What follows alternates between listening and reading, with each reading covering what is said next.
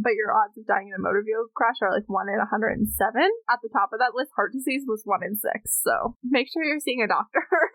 If you get possessed by a demon in a bathroom, however, the odds really go up to like you're definitely gonna die in a plane crash. You're listening to the Supernatural Opinions Podcast. Hi, I'm KJ. My pronouns are she, her, and this is the podcast where I recap the show Supernatural with my fellow fans and we discuss our supernatural opinions. Today we are recapping Season 1, Episode 4, Phantom Traveler, which originally aired on October 3rd, 2005, and here to help me do that is my guest of the week, Meredith. Hello, my name is Meredith, and my pronouns are she and her, and I have a lot of stuff to talk about, so this should be fun. Yeah, I'm very excited. We're finally to the demon stuff this week, and we got stuff to say about it. This week's episode will contain spoilers for this episode and may reference previous episodes, but we're going to try not to contain spoilers for later episodes of Supernatural. And like I said, this week's episode is titled Phantom Traveler, and that's not a reference to anything specific, apparently, even though they talk about it in the episode like it does. I went to the 4th page of Google search results before I got anything that wasn't Supernatural related to this specific episode, and it was just the definition of the word phantom from Merriam-Webster.com. So, right. If there is something that was specifically referencing, the Supernatural episode is far overtaken. Must have been very obscure. So this week's episode was written by Richard Hatem, and it was directed by Robert Singer. Eric Kripke has a writing credit on all of these episodes as the show's creator, but we're not going to talk about him unless he specifically wrote for the episode. I've just made that decision. That's fair. Richard Hatem wasn't, it might be Hatem, I hope I'm saying it correctly, but it only has one E, so I'm going to go with Hatem. Wasn't a name that I recognized on site, but I definitely recognize some of the things he's written for, including 2 episodes of the only horror thriller show besides Supernatural that I've ever voluntarily watched, Dead of Summer. He also wrote 2 episodes of Once Upon a Time in Wonderland, which, if anyone's listened to my other podcast series of opinions, you know that I love that show. Or if you went to high school with her. Yeah, I love Once Upon a Time. And it makes sense because Dead of Summer is also written by produced and created by the same people that wrote Once Upon a Time and Once Upon a Time in Wonderland. So it makes sense that he would have written for both of those. Also written for the Grimm TV series and 7 episodes of Titans. And then, in addition to being a long-running producer on Supernatural and eventual namesake of the beloved character Bobby Singer, Robert Singer has written 5 episodes and directed 48, including some of my least favorites, including the finale, Jack in the Box, Bloodlines, and Lebanon. But to be fair, he's also directed some of my favorites, Scooby Natural, Bad Day at Black Rock, All Hell Breaks Loose Part 1, and The Born Again Identity. So we're here for a Robert Singer episode, I guess. Yeah, he's got some good ones. Yes, definitely some good ones in there. I don't think I think Scooby Natural is what actually pulled me through the end of Supernatural. I'm excited to get to that one eventually because I love cartoons. Yeah. Not that seasons 13 or 14 or even 15 are all that bad. It's just that any show that's on for so long is quite lengthy to watch, and by the time you get to season 13, people start to feel fatigued. And Scooby Natural being in the middle of season 13 just brought the energy up. Yeah, after season 5, I watch it for the characters. Fair enough. I guess we should get into this specific episode because it's a lot happened somehow. So we open at an airport. This guy looks like he's in really rough shape. Honestly, for a second I thought that he was doing coke off of a bar or something, but he's just stressed about flying. He looks bad. Yeah, no, he's just doing anxiety. A guy in the bathroom helpfully says that the odds of dying in a plane crash are 20,000 to 1. I looked it up. PBS says that the actual annual odds for average American are about 1 in 11 million. To compare your odds of dying in a motor vehicle crash are 1 in 5,000. So, Injury Facts says that there's too few deaths in 2019 to calculate your lifetime odds of dying as an airline passenger, but your odds of dying in a motor vehicle crash are 1 in 107. At the top of that list, heart disease was 1 in 6. So, make sure you're seeing a doctor. If you get possessed by a demon in a bathroom, however, the odds really go up to you're definitely gonna die in a plane crash.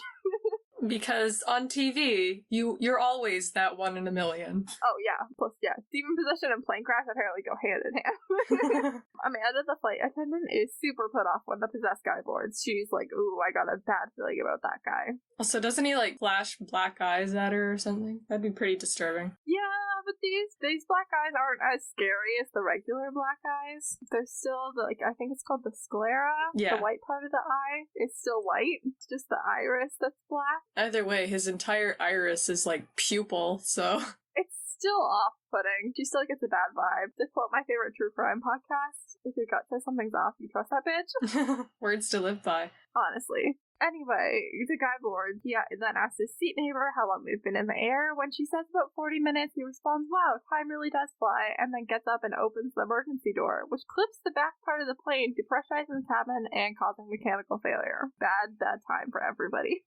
And then we cut to Dean sleeping on his stomach, which is usually more Sam's thing. And we get a full zoom up his body from about knee to face. Fan service. I don't know why we needed it, but we needed it, and I'm not mad.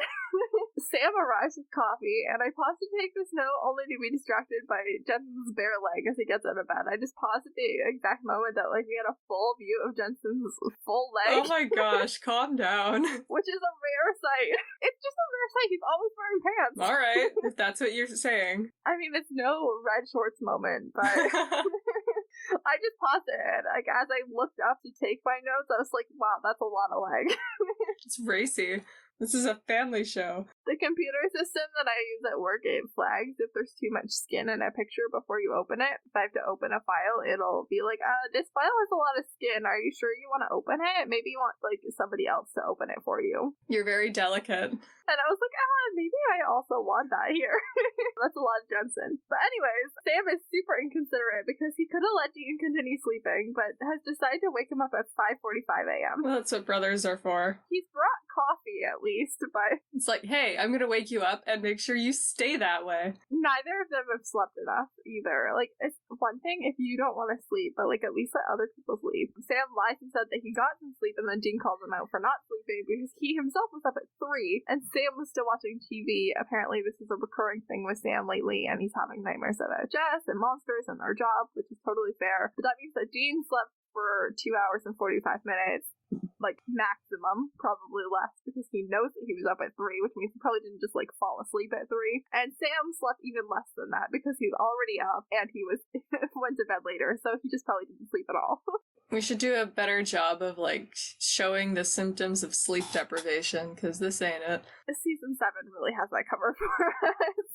There we go. They actually put in the effort. This felt like a lot of foreshadowing. Looking back for season 7, this felt like foreshadowing for Sam. But Dean says he's never really afraid. The job doesn't really keep him up at night. And then Sam just, like, reaches under his pillow and pulls out a giant knife. This guy named Jerry Panowski calls. Again, it is 5:45 in the morning. It's so rude to call it early. Even if you can kind of guess the hunters answer their phones 24/7, it's just not polite to call without an immediate life-threatening emergency that early in the morning. Well, I guess he felt he had a good reason. I mean, a good reason, but it could have waited till 7 a.m. Nobody was immediately dying. Everyone who was gonna die was already dead. Tell that to Jerry.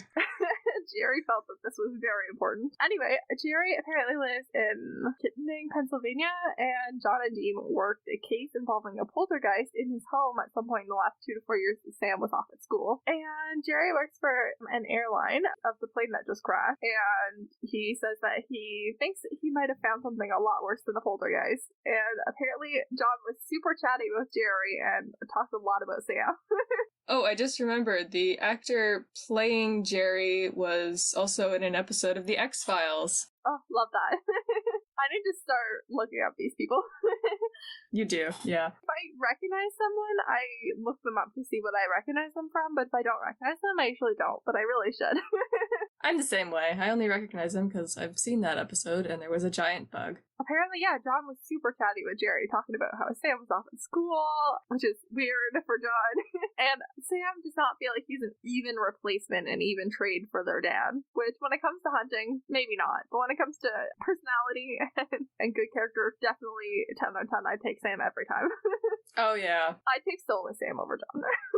Oh, that's I'm gonna have to cut that, but I hate how you're right. The flight that crashed was United Britannia 245, which I wrote down the number specifically, but now that I'm thinking about it, I feel like they say a different number later in the episode. But who knows? Who knows? I feel like that would be a dumb continuity error. So maybe I just am looking at it and I'm freaking out now. I don't know. Actually, you know what? I think it was 2485, and that's why it looks wrong. I think KJ is going to have to confirm which one it is. I think KJ here to confirm that yes, KJ was correct. It was TransNational Flight 2485. And when listening to the cockpit voice recording of the crash, Jerry hears this demonic growling sound, not dissimilar to the title card sound, to be honest. And of the 100 plus people on board, only 7 people have survived, which is bad, bad, bad. I'm loving how significant the numbers are, because like they talk about the number 40 later in the episode, but also the number 7 is something that happens a lot in like mythology and probably the Bible too. Harry Potter. There we go. And I'm guessing J.K. Rowling kind of took that cue from mythology. Oh, definitely, 100%. The NTSB has the wreckage locked down, so Dean's like, I'm just gonna go to a coffee jack and make me and Sam some fake IDs. I'm not sure which minimum wage employee was working at this coffee jack place, but maybe they should have asked a couple questions. No. One of the true crime podcasts I listen to, Obsessive Disappeared, they have this joke about how Walmart has a murder aisle, and cashiers should really be calling the police on anyone who's buying zip ties and garbage bags. Just to do like a little check. The new IDs are for Homeland Security, which Dean says he picked because people don't see it 1,000 times, even though I'm sure that whatever NTSB warehouse this is probably only sees Homeland Security. But Sam is the one with the crazy nonsense audio this week, and he pulls a startlingly clear voice off tape, which says no survivors, which is confusing to them because there are 7 survivors, which is not confusing to me at all. Sometimes people get shot in the head and don't even feel it. So the fact that 7 people randomly survived a plane crash miraculously just seems like something that could happen to 7 random lucky people. Yes. That's not surprising to me, but they're like, it must be a sign. The demonic voice doesn't want the survivors. Anyways, Sam says that there's a long history of haunted planes and ships and phantom travelers, and even though there isn't such a thing as specifically phantom travelers, there are like ghosts, I guess. If you're referring to just ghosts that haunt highways, then yeah, the woman in white was definitely that. We've already seen that. Yeah, and sometimes they get into cars. But he specifically mentions Flight 401, which is a reference to Eastern Airlines Flight 401, which crashed on December 29, 1972, killing 101 of the 176 people that were on board. And then after the crash, rumors started spreading that other Eastern Airlines flights, specifically other L1011s, 1011s, I don't know how people want to say that. I'm sure there's some good way to say that that's like common lingo that I don't know. It's a plane. Anyway, received those parts from this plane and then were haunted by the captain, Robert Locke, and the second officer, Donald Rebo. And with those rumored hauntings also accompany rumors that those like parts had been reused. So the airline threatened to fire any employees who were caught spreading ghost stories, and they denied that the planes were haunted, but apparently they removed all the parts from the other planes, and then over time people stopped seeing any of those ghosts. John G. Fuller wrote a book about the crash and the aftermath called The Ghost of Flight 401, and there was a TV movie made about the ghost sightings based on the book. According to Wikipedia, pieces of the wreckage are now in Ed and Lorraine Warren's Occult Museum in Monroe, Connecticut. There's a trustworthy source. I mean, if those names sound familiar, Ed and Lorraine Warren are paranormal investigators and the inspiration for the Conjuring movies. They've got a whole museum of things that are allegedly haunted or possessed, including the original Annabelle doll. So that's fun. Love that. Yay. That was a fun reference to make, and I had fun going down that little rabbit hole. Oh yeah, true ghost stories are cool. Back to the episode, Sam wants to talk to Max Jaffe, the first on the list of survivors, because he's been checked into Riverfront Psychiatric Facility since surviving the crash. So they go visit Max to ask him about what he saw. He's really resistant to talking about it, but breaks down, tells them that he saw a guy open the emergency exit, but he knows that he couldn't have seen that because there's 2 tons of pressure on the door. I looked this up as well to see if that was correct, because I don't trust the supernatural writers with anything factual. Apparently, it's 8 pounds of pressure per square inch, which is over 1,100 pounds per square foot. So that sounds about right. I didn't do math because I have only been on a commercial flight twice in my life, so I'm not sure what the square footage of an emergency exit is. But to me, that 2 tons didn't sound unreasonable. I mean, and even if he had gotten it wrong, he's not an expert, so he's allowed to get it wrong. Yeah, totally. I was just curious to see if that was correct or not, if I could easily find an answer or not, and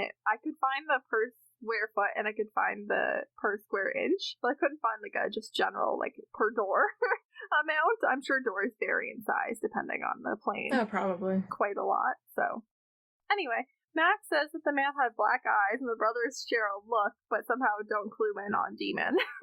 They share a knowing look, but it turns out that they don't know anything, because G-Men is not where their head goes. They're just babies right now. Oh yeah, they don't have the experience. But Sam then asks if the man looks like a mirage, and the guy says no, because it's not a ghost.